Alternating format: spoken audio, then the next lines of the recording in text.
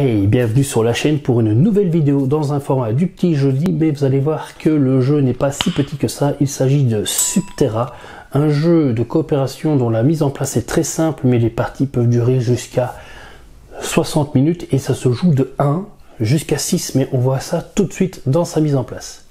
Le contenu de la boîte de Subterra, on la voit tout de suite. La boîte de Subterra, on va avoir des tuiles de caverne, des cartes de danger, ou plutôt des pions spéologues, mais vous verrez que c'est une notion très importante dans Subterra. On a des fiches spéléologues, et on a différents jetons que j'expliquerai par la suite. Sans oublier un petit dé qui brille dans le noir, ce qui est important de savoir quand on sait qu'on joue à Subterra. Donc Subterra, le but de Subterra, je vais expliquer un peu le contexte de l'histoire du jeu. Subterra, vous êtes des spéléologues qui sont tombés dans une crevasse et le but du jeu est de vous en sortir. Mais ça ne sera pas facile parce que les piles de vos lampes de poche vont bientôt s'épuiser. Donc votre mission, votre but, ce sera de vous extraire le plus rapidement possible avant que vous n'ayez plus de lumière. Donc le jeu se joue de 1 à 6 joueurs, il y a 6 cartes de spéléologue et on peut jouer tout seul. Et quand on joue tout seul, on peut décider de jouer 4 spéléologues. Il faut savoir que les spéléologues, c'est pas juste des personnages lambda, ils ont chacun une utilité et un avantage au cours de la partie. Dans les tuiles, on aura aussi une tuile de départ qu'on mettra au centre de la surface de jeu ou de la table. Attention que ça peut très vite s'étaler. Et dans la pile se cache, dans les 5 dernières tuiles mises au hasard, une tuile sortie. On a 4 spéléologues. Les 4 spéléologues sont placés sur la case de départ. On va parler en termes de spéléologues et pas en termes de joueurs. Parce que quand on joue seul ou quand on joue à plusieurs, quand on joue à 2 ou à 3, chaque joueur peut incarner plusieurs spéléologues. Donc j'insiste ici, c'est ultra important pour la suite. Chaque spéléologue a donc des capacités qui lui sont propres. Je ne les détaille pas ici, parce que voilà, ici c'est vraiment une vidéo de présentation. Chaque spéléologue à son tour a 2 actions. En termes d'actions, on a des actions dites de base. Il peut découvrir pour une action. Découvrir, c'est prendre une tuile de la pile et la placer là où il veut, tant que c'est accessible. Comme autre exemple, il peut se déplacer. Donc le spéléologue a terminé. Il a fait 2 actions. Le spéléologue suivant, ici disons le médecin qui est le blanc, peut explorer et découvrir, qui est en fait un mix des deux. Lui en fait ce qu'il fait, c'est qu'il va prendre une tuile, la placer et se déplacer. Vous comprendrez que c'est une forme de prise de risque plus tard au fil de la partie. Vous pouvez aussi décider de courir, donc si on est dans une partie beaucoup plus avancée, donc imaginons nous sommes plus tard dans la partie, une autre action qu'un spéléologue peut faire, c'est pour les 2 actions courir, et courir c'est se déplacer de 3 cases. Ils sont déjà découvertes, cela va de soi. Si un spéléologue est blessé, pour 2 actions, un spéléologue peut soigner un autre ou se soigner lui-même. Chaque spéléologue a des points de vie qui sont indiqués sur sa fiche. Il reprend, et donc quand il est blessé, on retire. Quand il n'en a plus, le spéléologue est inconscient. Il n'est pas mort, il est inconscient. Parce qu'il peut être soigné. Ça, ce sont les actions de base de déplacement.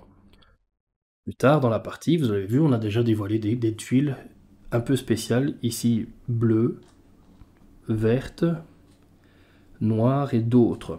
Il faut savoir que ce sont des actions dites liées au danger. C'est la phase danger. Donc quand le spéléologue a joué, il y a la phase horreur. Troisième phase, la phase danger. La phase danger, c'est l'environnement qui se modifie au fil du temps. Et par exemple, on a le gaz. Le gaz, ça va être toutes ces tuiles vertes, les tuiles qui sont représentées comme ça. Et donc ça veut dire que la prochaine tuile, ça veut dire qu'il y a du gaz qui est présent. Que le gaz est présent et que donc du coup, si un spéléologue se trouve dans cette zone au moment où il s'y trouve, eh ben, il est asphyxié.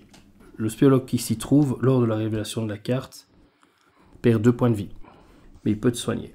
On a ensuite aussi des inondations, des éboulements. Les éboulements, quand la carte éboulement est tirée, il faut lancer le dé.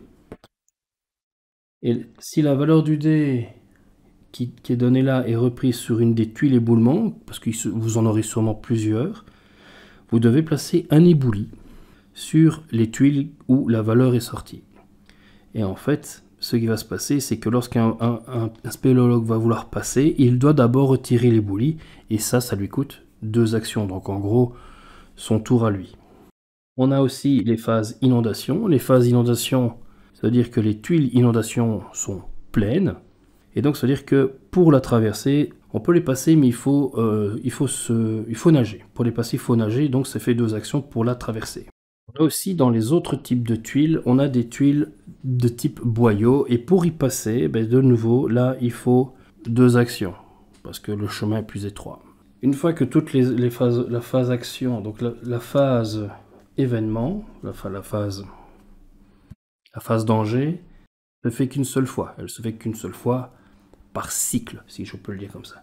Une fois que c'est fait, on fait la fin de tour, et la fin de tour, on détermine le premier spéléologue suivant.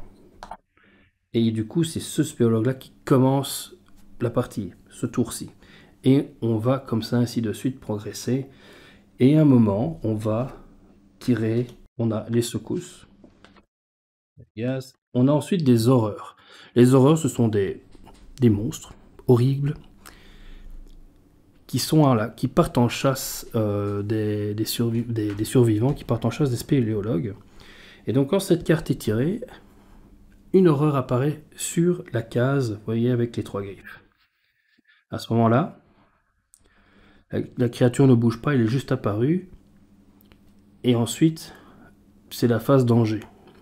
Pardon, la phase danger, je suis déjà. Le tour se termine. On recommence. Et en fait, ce qui va se passer, c'est que les spéléologues vont pouvoir bouger avant.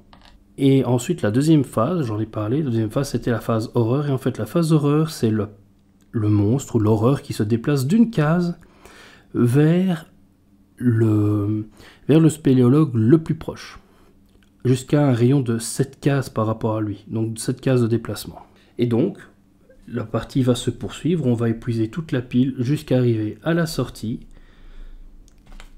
et le but sera donc de s'en sortir. Ce qui arrive, vous ayez épuisé toutes les cartes danger, à ce moment-là, votre lampe de poche s'éteint, et vous êtes dans le noir. Et ce qui va se passer, c'est qu'il n'y a plus de phase de danger. Par contre, vous devrez faire un lancer de dés à chaque fois pour faire une action. Et si vous n'avez pas plus que 4, vous disparaissez. Donc vous êtes mort, tout simplement. Vous êtes emporté par les horreurs, pour le côté un peu RP. C'est grosso modo comment se joue Subterra. J'insiste, toutes les règles ne sont pas été expliquées parce que, voilà, mais la prise en main est là. Wow. Voilà, c'est comme ça qu'on joue à Subterra, un jeu vraiment très sympa que j'aime beaucoup pour sa dynamique de coopération. Vraiment un pied intégral et une superbe découverte. Le fait que chaque personnage ait une utilité et une vraie plus-value dans ce qu'il apporte et ce qu'il permet de faire. Le jeu reste pas moins stressant, hein, parce que l'air de rien, on se rend pas compte que les horreurs sont vraiment pénibles, que les épreuves qu'on va arpenter sont compliquées. Bref, allez-y les yeux fermés, si c'est un jeu de coopération que vous recherchez, vous allez vous éclater, même si c'est très très stressant. C'est ici que cette vidéo se conclut, j'espère qu'elle vous aura plu. N'hésitez pas à la commenter, à partager ou à liker cette vidéo. Vraiment parlez-en autour de vous, ça m'aide énormément, j'attends vos retours avec impatience.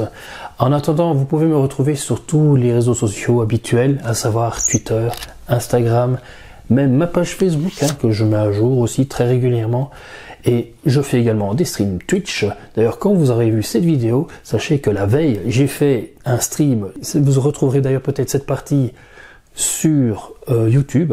Comme ça, vous voyez en gros une partie complète. En attendant, je vous dis à une prochaine fois, peut-être un jeudi. Ciao!